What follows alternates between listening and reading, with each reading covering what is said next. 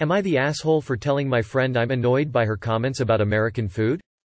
So, I, 22F, have a Nepalese friend, S, 20F, who I dearly love. In the last year we have become very close, and she, myself, and my husband are all a buddy group. S and I are from the same nursing program, where I graduated and she will be graduating soon. I feel S is a very healthy and non-toxic individual to be around and I really do love her. There are some times that we butt heads because she tends to be a little bit of a pushover at work and she gives people second chances when I really don't feel that she should. But hey, it's her choices and her friends. Anyways, for the last 4 to 5 months, S has come over a few times to hang out with us, and I tend to cook dinner for her since she is over during that time. Some of the food I have made has been, well, not the best, since part of the time it's leftovers or junk food, hot dogs, chili, tater tots, that I was trying to get rid of. And a lot of the time, when I would make food, I would get slightly annoyed because it was either after the food is cooked, she had to grab hot sauce, not super hot, or during cooking she'd ask if she could put more spices, cumin, etc. into it. I would usually tell her no, because I've made it before and don't want to do that. I have in the past made recipes with her we found and she has also cooked. So we haven't just had my food.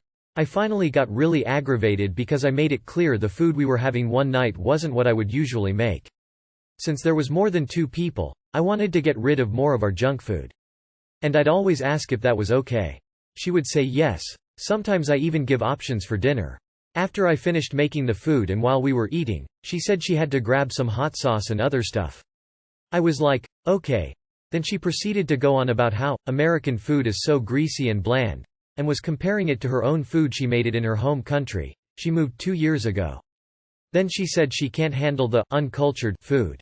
This is where I got irritated. I told her this isn't the only food I make. Yes, I sometimes make junk food.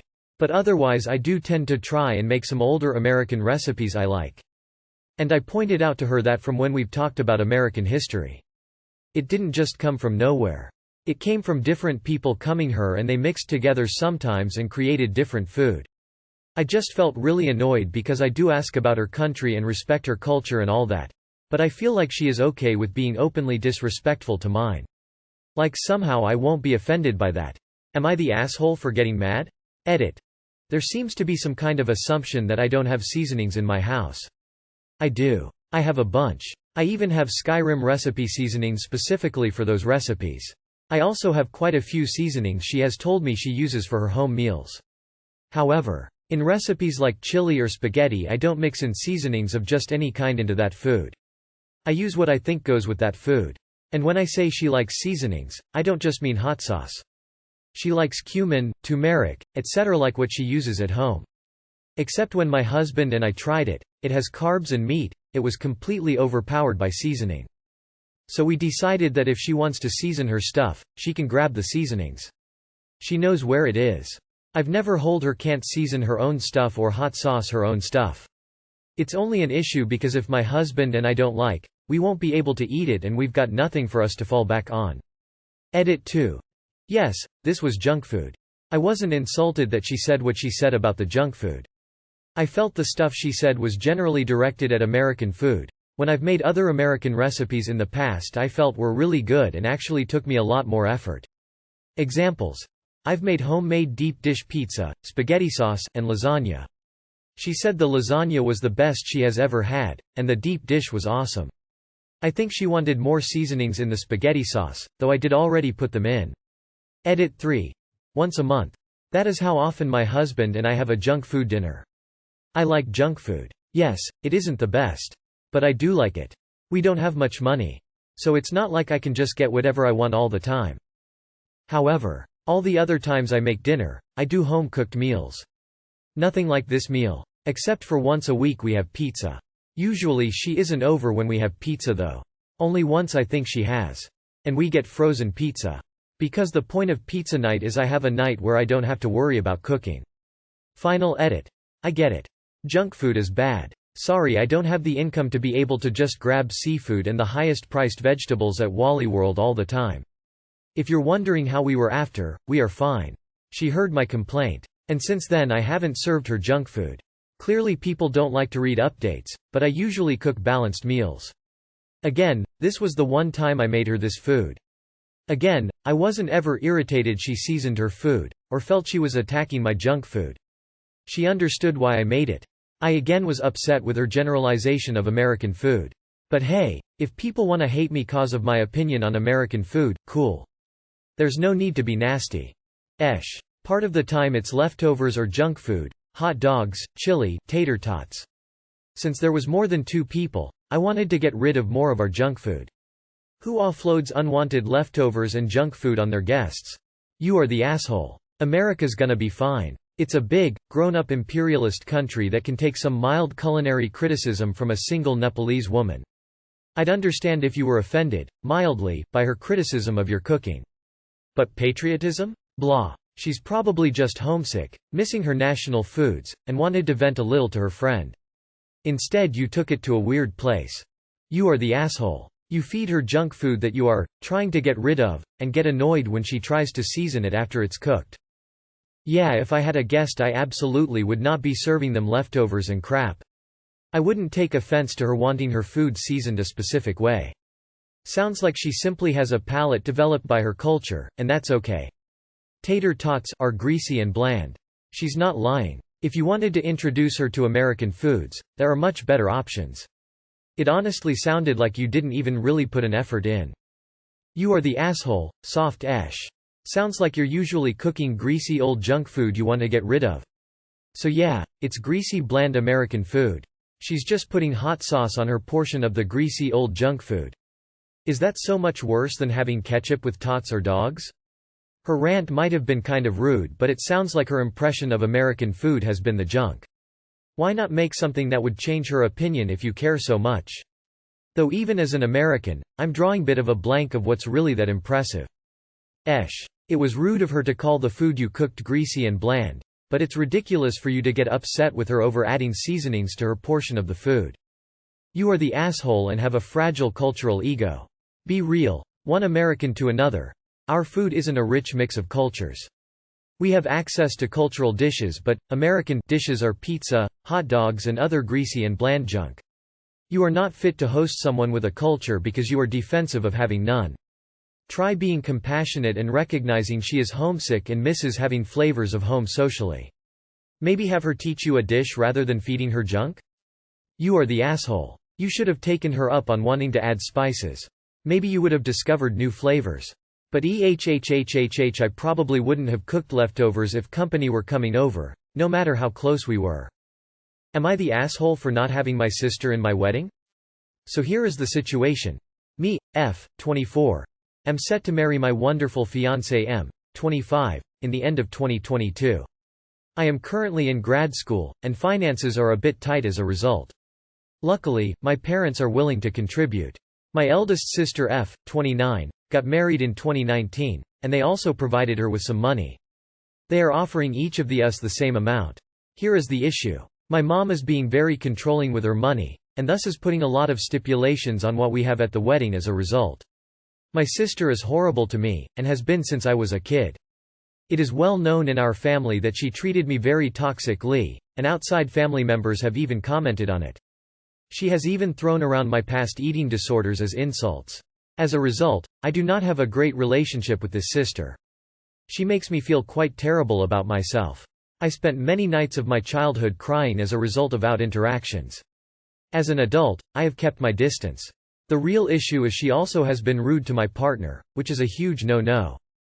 I can stick up for myself, but my partner is nothing but wonderful, and so that is my line which cannot be crossed. She has even asked some of our family members to be less nice to my fiancé and more nice to her husband because he should be their favorite. To be clear, I am not perfect by any means, but I try and be cordial. I give thoughtful gifts, and attend her events, etc. I accept that I can improve as a person too. My sister is also my mom's favorite in many ways, and dotes on her for everything. It is well known between myself and my other siblings. Anyway, the point of this to say, I don't want her as bridesmaid, and would feel sad if I felt self-conscious all day at my wedding, and so I told my mom that I did not want to ask her to be in the wedding party.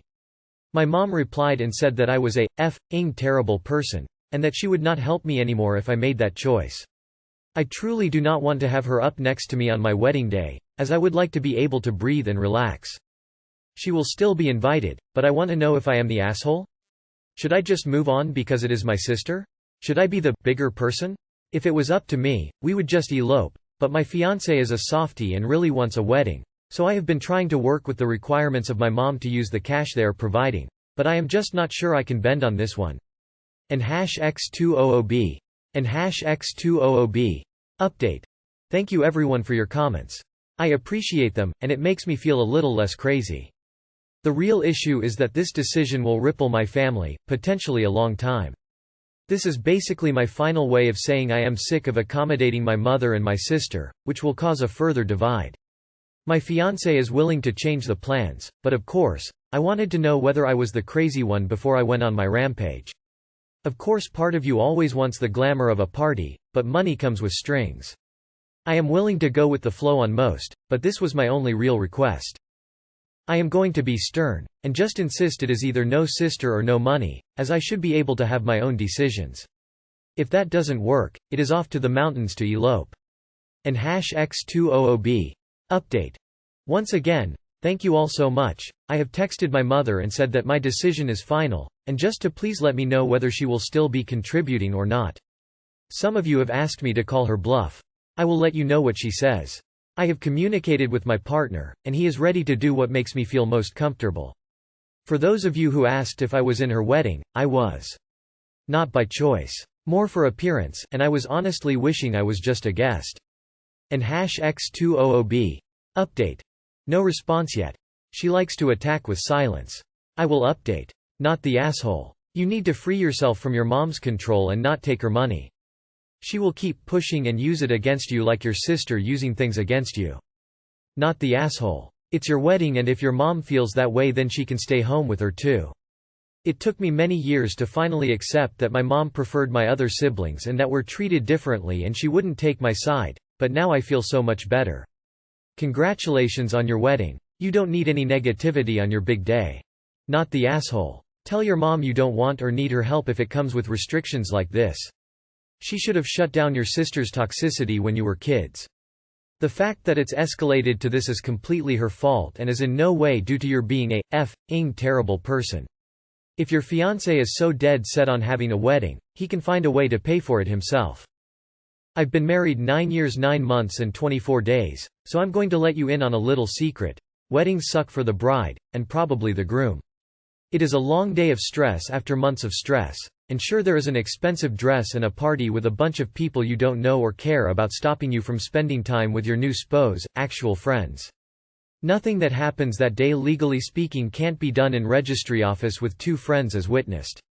Also, don't let people talk you into inviting people you don't want. You deserve a better time than that. Not the asshole. It's your wedding, not the asshole.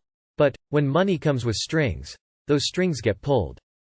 That's a fact of life in business and, apparently, in your family. So you can choose. Either you accept the money and the strings, or you refuse the strings and lose out on the cash. Or, you can say to your mother, "You're privileging my sister over me for my wedding and that's unacceptable, and you would not accept it for yourself and you wouldn't accept it for sister. Put it back on mom and see if that shakes anything loose. And if it doesn't, you can have a beautiful wedding without her money. You are not the asshole, but you need to grow a backbone. Just because they are family does not mean you need to keep with them. If your mother has a favorite child and does not see her way you can go low contact or talk about boundaries with them, you will meet just with them, not your sister, or just in a public setting, something like that. Maybe consider a smaller wedding or further in the future so you do not depend on contributions from others. It should be a day only about you two, so money with strings attached are no good. Not the asshole, but accepting money from your parents to plan your wedding often comes with strings attached. It definitely did in my case. You might have to decide what you want, the money or your sanity. Not the asshole, but you need to talk with your fiancé more. Since you don't care and would rather elope, and you're essentially doing this for him, you two need to come to some decisions together and not bear the whole burden of this. Also, where's your dad in all this? Am I the asshole asking my girlfriend to split cost of a ring? My girlfriend and I have been together for almost 6 years. She hates jewelry. I found out at our year anniversary when I bought her a silver charm bracelet. She thanked me but told me to not waste money on jewelry for her and showed me a large jewelry box of jewelry she has been given throughout her life and has never worn. When the world went upside down, we agreed that if we made it through living together peacefully then we should go ahead with engagement. We talked about how to propose, where, weddings, etc. I revisited the jewelry topic because in every other way, she's a romantic for tradition, so I asked her what kind of ring she wanted. My girlfriend very vehemently said she didn't want a ring. Nor a bracelet, necklace, etc. No jewelry. She wanted something more practical that was a reflection of her and our relationship. Told me to surprise her. Prior to the pandemic we had been discussing getting her a kitten, but once that hit, we put those plans on hold because we didn't know how things would go or if we would keep our jobs after both of us had ours reduced. So I decided I would propose with a kitten from one of the cat rescues we had been looking at. One of them got hold of a litter of Munchkin cats, one of her favorites, so I got her one. Met with the organization, filled out the paperwork. The group didn't require meeting everyone in the household, so that worked even better. I got her the kitten, got him his shots, prepaid for him to be neutered, toys, supplies, everything she would need for a few months. A little over a week ago I was able to pick up the kitten and proposed that night. She said yes and was absolutely ecstatic over the kitten. Thought it was the bee's knees and a perfect proposal. She gushed, she cried, she laughed. Woot. She spent the whole week excited about seeing her family and friend over the weekend so she can bring Tobean, kitten, and announce our engagement. It was adorable. I couldn't go due to work, so told her to tell me all about it when she got home. Monday she got home and was visibly dejected. She said she loved Tobean and the proposal, but now she wants a ring. She wanted something she could show to others, and her friend and family told her she can't brag and show off a cat, nor does the kitten show my commitment to her. I said it was none of their business and she wouldn't wear it anyway, but she said it was tradition and wanted to go ring shopping the next time we were both off. Here's where I think I may be the asshole. I told her if she really wants a ring, fine, but if she has to have it right now, then she needs to chip in because I put all of the savings I could spare into Tobean and flowers when I proposed. She got upset and said that it's not the same if she has to pay, it's an engagement ring, not a utility bill or rent. Am I the asshole for asking her to split cost of a ring she wants now? Update. First, thanks everyone for your input, it has helped me get a few ideas. To answer a couple comments, when this conversation first came up I suggested a very cheap ring and she said no. She wanted a real ring and to go to some stores for ring shopping. As many of you suggested about the cat expenses, I pitched that idea to her last night. Pay me what she would have been paying towards the cat and supplies, since initially, she was going to buy a cat and supplies and I would have just covered what she couldn't. She said no to this idea since Tobean was a gift and she shouldn't have to pay back for a gift, and, she said if she did that, I'd just put the money she gave me towards a ring, which would still make her feel like she was being made to pay towards the engagement ring. So that's where we are. We're going to have a sit-down conversation later today about her expectations and where this idea is coming from, since she's still adamant about it a week later. Not the asshole. The ahs in this story are her family and friends for trying to pressure her into spending a large sum of money on a ring she doesn't really want. Not the asshole. She's the one giving in to pressure after she specifically said she didn't want a ring. Having said that, going forward, if you do decide to get a ring, split cost or otherwise, you can get very nice ones with semi-precious stones or fake diamonds on Etsy that look lovely but cost a couple $100s rather than several thousand. Given that she has a box full of unworn jewelry, it's likely she won't wear an engagement ring long term either, so don't waste your money. Not the asshole. She explicitly told you she did not want a ring. She said she wanted a cat. She got the cat. Now she wants a ring. She should pay for half of it. She doesn't need to discuss with others the specifics of how it came to be or who paid for what. Nah, but I'd look at Etsy for something cute and unique. Or Morganite is trendy. You can often get a really cute sweet ring for $150 or less. Or go to a pawnshop or estate dealer or look at online auctions. There are a ton of really funky jewelry choices that are affordable. I may even mention it to my family, as you may get great-grandma's plain gold band for free. Not all rings need to be several $1,000s of platinum bands with 2 CT diamonds. It's okay to set a timeline and budget that works for where you are after all the cat expenses. And it's okay to be clear if that doesn't work for her, then she can pony up to get what she wants. Not the asshole. She made it very clear she did not want a ring, so you went ahead and got a cat. Original but okay. The engagement has happened, the money was spent, if she wants a ring, she can get herself one. Not the asshole, she said she didn't want a ring, now her friends got in her head and she wants one.